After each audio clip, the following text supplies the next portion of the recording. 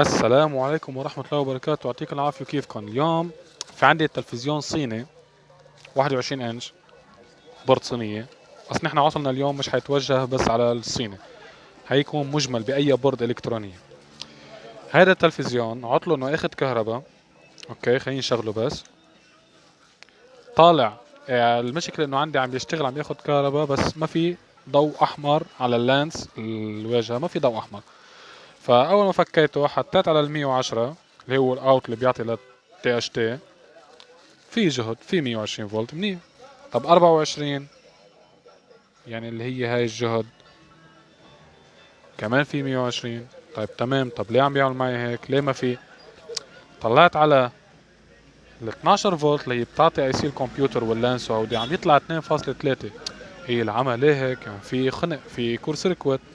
طب اطلعت على ال 12 فولت تاعيت او ال 16 اللي بتعطي اي سي الصوت، طالع على 16. فاذا عندي مشكله بشو؟ بال 12 فولت اللي بتعطي اي سي الاوكسيليتر، بيعطي ترانزستورات بيطلع 5 فولت و8 فولت لاي سي الاوكسيليتر والتيونر والميموري. حطفي التلفزيون هلا. اول شغله خطرت على بالي، حطيت اصبعي على الديود وشوفوا اذا حامي اذا سخنه. فبارد. حطيت. ما نحن دائما بنعرف. خلينا نطلع بس القلم. انا عامل هون بس شرح سريع. نحن عاده لما بدي اشغل سيركوت، على فكره نسيت احط هون ريزستانس. دائما هون بحطوا ريزستانس، يعني بتجي عادة ب 2.2 اوم او 1.5 اوم او 1 اوم. هون بيستعملوها مثل كفيوز.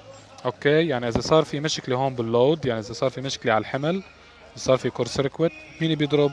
دغري ريزيستانس. فهون انا اطلعت. طب يا بدر هون ما ثواني بس، هون ما عم بيحمى شيء، يعني ما في شيء سخن، كله شغال نظامي. شو السبب؟ جيت طلعت بالكباستر، نحن دغري بالشك بالكباستر انه هو بيعمل فلتراج. صراحة غيرته، اللي هو وينه؟ ضاع. يا حوي. هو بيجي 16 فولت 470 مايكرو، طلعت فيه من فوق منه نافخ، طلعت من تحت ما في عفن، اثنين على الساعة شغال. فاذا ما خصه. فاذا ما شكيت غير بمين؟ بالديود. الديود عم بفوت بجهد بس ما عم يطلع لي، عم يطلع لي 2.4 مثل ما شفنا تقريبا 2 فولت. يعني هون بصير في بالحكي انه عم بفوت عندي 12 فولت بس يا اخي ما بيطلع عندي غير 2 فاصل. ليه؟ فحصل الكاباستور وفحصل المخرج وفحصل كله شغال. فاذا هون في هدر بهاي المنطقه، عم بضيع تقريبا 10 فولت، بتحط ايدك عليه سخن معه، فاذا هو بكون فاصل. ليه انا بحط ايدي بشوف اذا سخن؟ اذا عامل كور سيركوت برا هذا بيجمر، بيحمى، بيفصل. فاللي صاير انه شو؟ بارد بس مهم طلع من قلبه هو العطل، هو اللي فاصل. هون انا شارح.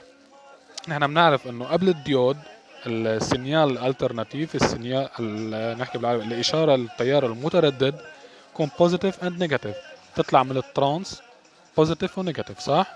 شغلت الديود والكاباستر هون بس. الديود بهالطريقه، الانود والكاثود بهالطريقه، بيمرق لي بس البوزيتيف. مثل ما شايفين النيجاتيف ما بيطلع لي اياه. بيجي هون الكاباستر شو شغلته؟ يعمل لي فلتراج، تنعيم الجهد اللي بيطلع عندي هون دي سي. يعني هون بكون فايتي اي سي، نحن بنعرف انه بتفوت اي سي تيار متردد، بتطلع لي شو؟ بتطلع بعد الديود والكاباستر بتطلع دي سي تيار مستمر. كل ما كتروا الكاباسترات كل ما كان المايكرو فراد اكتر، كل ما هذا الشيء احسن لإلي. يلي عم بيصير عندي انا مثل ما حكينا، عم بيصير في عندي انهيار بالجهد هون. يعني هلا اول شغله على فكره قبل ما شيك بالديود قست بين هاي النقطه وبين البارد، البركه ده الترانس فات من قلبه مثلا فاصل الحامض، حطيت على الديود زمور شغال. فاذا خلص ما في غير الديود هو اللي عاطل، هو يطلع لي 12 او 13 تقريبا. فاذا نجي لهون، ما في غيرك انت يا ديود، شكيت فيك. هحط هلا بوز، هركب عندي الديود عادي، هركب ديود عادي محله، ماشي، ونشوف شو بصير معنا. حبيت بس اعطي ملاحظه كمان صغيره. الديود تبع ال 110 فولت تبع التي اتش تي، هذا ديود فتح سريع، ما فينا نحط اي ديود محله، دغري بينضرب. ماشي، فمشان هيك اذا كان في حال مضروب معك الديود تبع الاوت 110 لاي تلفزيون، بتحط الديود بنفس المكان. اوكي، ما تروح تشتري جديد. يعني انا اكرم مش قصة ما بحب اشتري جديد، انا مصلح بفك من القطع اللي عندي، فبنحط الديود من نفس المكان اللي بيعطي ال 110. هلا نحن عندي ديود عادي هون، ديود عادي على بركة، حط بوز ونغير ديود وبنحكي. اوكي، ركبت الديود. طبعا انا ركبته بهالطريقة، بس نخلص الفيديو حركبه من تحت شغل نظام يعني. اللهم صل على النبي. نحن بنعرف دايما انه الديود، نعرف انه الكاثود اوت والانود ان، ماشي، ما مشغل بالعكس. هلا بدي اقيس، شغل، بنلاحظ انه التلفزيون قلع تشيك. ليه؟ لانه طلعت ال 12 فولت. هنحط هلا على الملتي ميتر. طبعا انا حاطط البارد هون. اوكي، وين هاي حياة 12 فولت، هاي الديود. تدا، طلعت 12 فولت. مثل ما بنلاحظ اشتغل التلفزيون. هلا التلفزيون صلحناه وعرفنا العطل، بس دايما انا بقول للزبون ليش عطل هيك التلفزيون. يعني عادة لما يضرب الترانزستور الجهد او لما يضرب كاباستر، دايما بنسأل عن السبب. لما نسأل عن السبب نحن هيك مشان نريح نفسنا، عشان ما يرجع يضرب مرة تانية، او مشان نفادي نفسنا. كشرح سريع، الديود او عفوا مجمل التلفزيون، لما نحن نطفيه من الريمون، لما تعطيه انت، تعطيه ستاند باي، اوكي، طفيته، اخذ تلاقي ضوء احمر بس ما مقلع. ليه؟ انت طافيه. انت بهالطريقه ما طافيه للتلفزيون. ليش؟ لانه انت ما فات الكهرباء هون عادي، كل شيء شغال وعطالع الاوت، بس انت فاصل بتكون كهرباء على الترانسل اكسوليتر اللي هو بغذي الجهد. عم بحكي كشرح تفصيلي. يعني هذا كله شغال، بس اي سي الصوت ما شغاله، التيونر ما شغال بس، والباقي كله شغال الا التي اتش تي طبعا وترانزستور جهد. لما انت تعطي امر الميموري، عفوا اكسيل اوكسيليتر، تعطي امر للميموري الى اللانس عفوا خربطنا مبلش. لما تعطي انت امر من الريموت، تعطي اللانس بتعطي اكسيل اوكسيليتر، واكسيل اوكسيليتر بتعطي امر للترانزستور اوكسيليتر، هذا الترانزستور صغير، وهو بيعطي ترانزستور الجهد اللي هو ترانزستور الجهد بشغل التي اتش تي، والتي اتش تي اللي هي بتشغل الشاشه.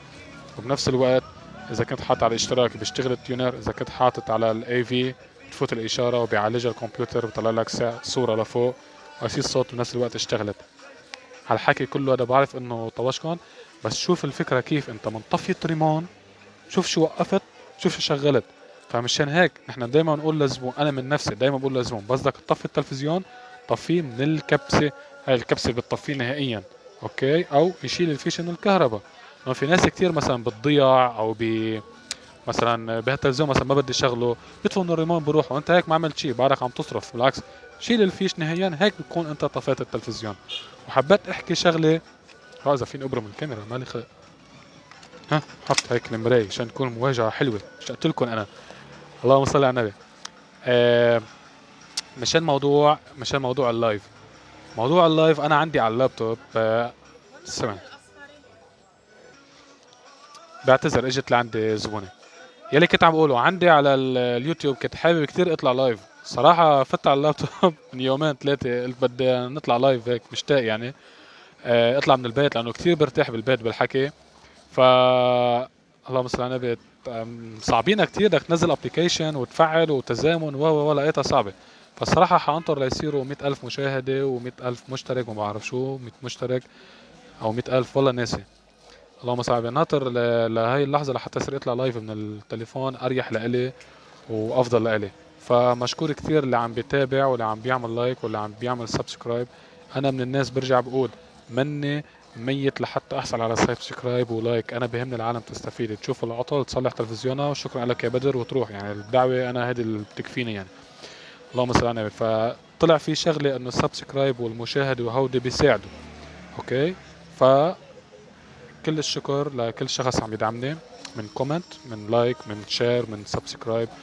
وبس. وان شاء الله مع الوقت يصير بدي اعمل انترو واوترو، انا هودي بحبهم. برجع بقول استحملوني بس هالفترة. عم بلش عدل، يعني بلش احسن الشانل تاعيتي. بس انا مشكلتي ماني فاضي كتير للشانل، لانه في ناس كتير بيقولوا لي ليه ما بتعمل. انا انه عندي شغل، عندي امور بيت، عندي ماني لا شغله ولا عمله. فهيدي شيء مبادرة من نفسي ولله تعالى، يعني ساعد الناس. اوكي، فمشكور كتير لكم، يعطيكم العافية and see you later. باي باي.